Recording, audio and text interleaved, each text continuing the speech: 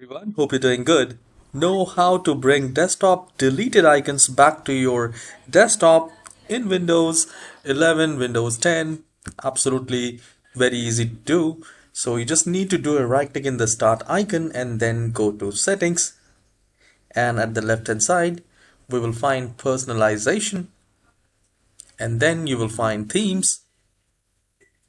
And once you're here in themes, you need to go to this desktop icon settings. You can also search directly desktop icon settings. If you do not find, then do this way, the way I'm doing it.